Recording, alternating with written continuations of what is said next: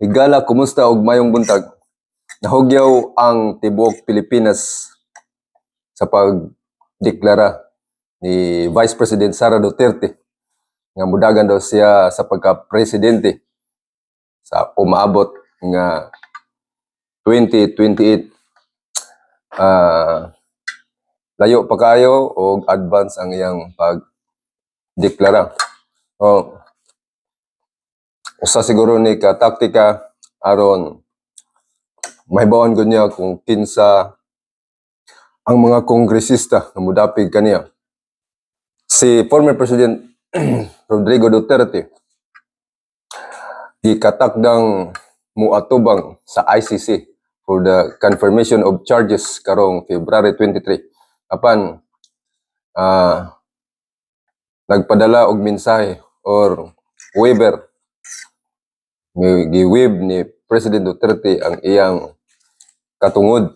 So, atong basahon ang waiver ni President Duterte.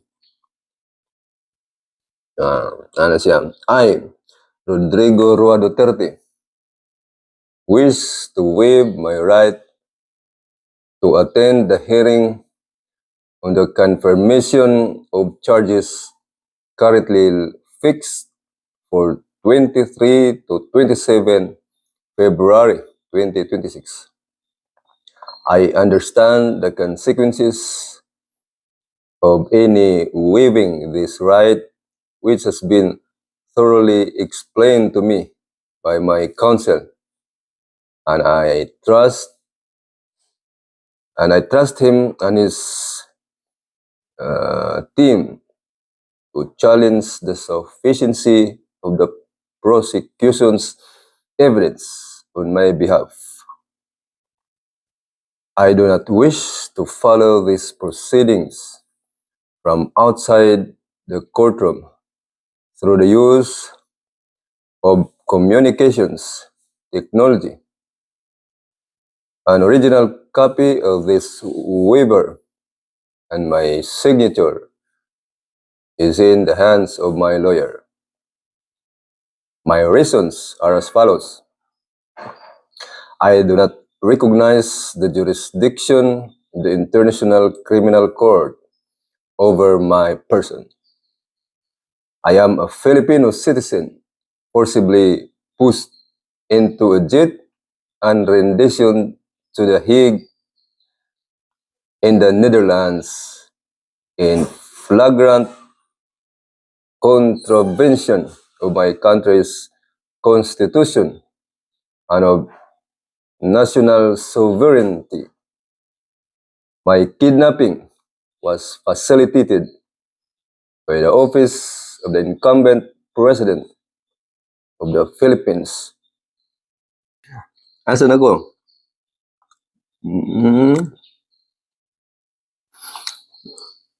My kidnapping was facilitated by the office of the incumbent president of the Philippines with a plane especially chartered for this purpose. The claim that I oversaw a policy of extrajudicial killings is an outrageous lie. These claims have been peddled by my political opponent for many years, and as my nation knows, they are based on the word of individuals whose credibility has been thoroughly discredited. I do not wish to attend legal proceedings that I will forget within minutes. I am old, tired, and frail. I wish for this court to respect my peace inside the cell it has placed me. I have accepted the fact that I could die in prison. But those that desire this fate for me should know that my heart and soul will always remain in the Philippines. I am proud of my legacy and of my service to my countrymen around the world. Let no one doubt my love for my and loyalty to the Filipino nation. Kaninyo, ako magpabiling sulugon. Signed, Rodrigo Roa Duterte. The ICC Detention Center, The Hague, Netherlands. Dated 17th day of February 2026.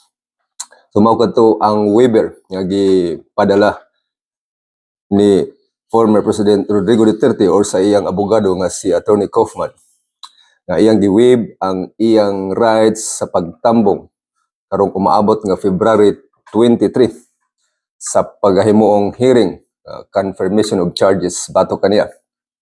So nakabutang siyang sulat nga dili siya motambong kay wala niya giila ang jurisdiksyon sa ICC.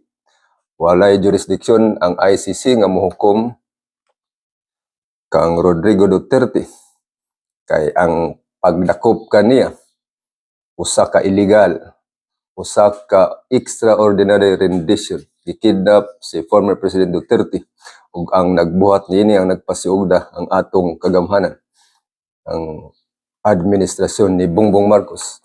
Nag-chartered sila og eroplano aron dalon kidnapon si President Duterte. So matud pa sa iyang sulat nga gi-waive niya ang iyang katungod kay wala siya miila sa jurisdiction sa ICC. Bahala mamatay siya sa silda sa ICC. Dili gid siya motambong. O adunay nagbinisaya pa guys siya sa last paragraph sa iyang message. So mao kadto mo kaigsunan. Og gani nahukyaw pod ang Pilipinas sa pag anunsyo ni VP Sara nga mudagan daw siya pagka-presidente. Tulo na ka articles of impeachment ang ilang gi-submit ngadto sa Justice Committee sa lower house. O gidawat na kini sa speaker nga si Buji D. So ila kini i-submit sa plenaryo og kini pagabutuhan.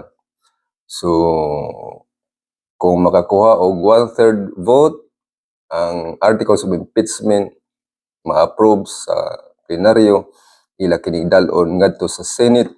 Kaya ang Senate mao man ang judge o imuhukom ug ang mga congressman mao mo prosecute or mga prosecutor. So aning kamot gyud ang mga kalaban ni Sara Duterte aron mawagtang siya og dili na makadagan sa 2028. Apan sa gihapon si Sara Duterte nagpabilin nga number 1 sa survey. So kung dili mo lang puson kining kalaban ni Sara Duterte, mamahimo gyud nga mo daog si Sara Duterte karong 2028. O ako magaingon sa kanunay, akong hulman ang kanunay pulong ni Attorney Robin Canoy nga nagingon, ang lungsod nga sayod ay makatag kusog sa demokrasya. Apan ang lungsod sa mapasagaron ay makapukan sa atong kagawasan. Daghang salamat.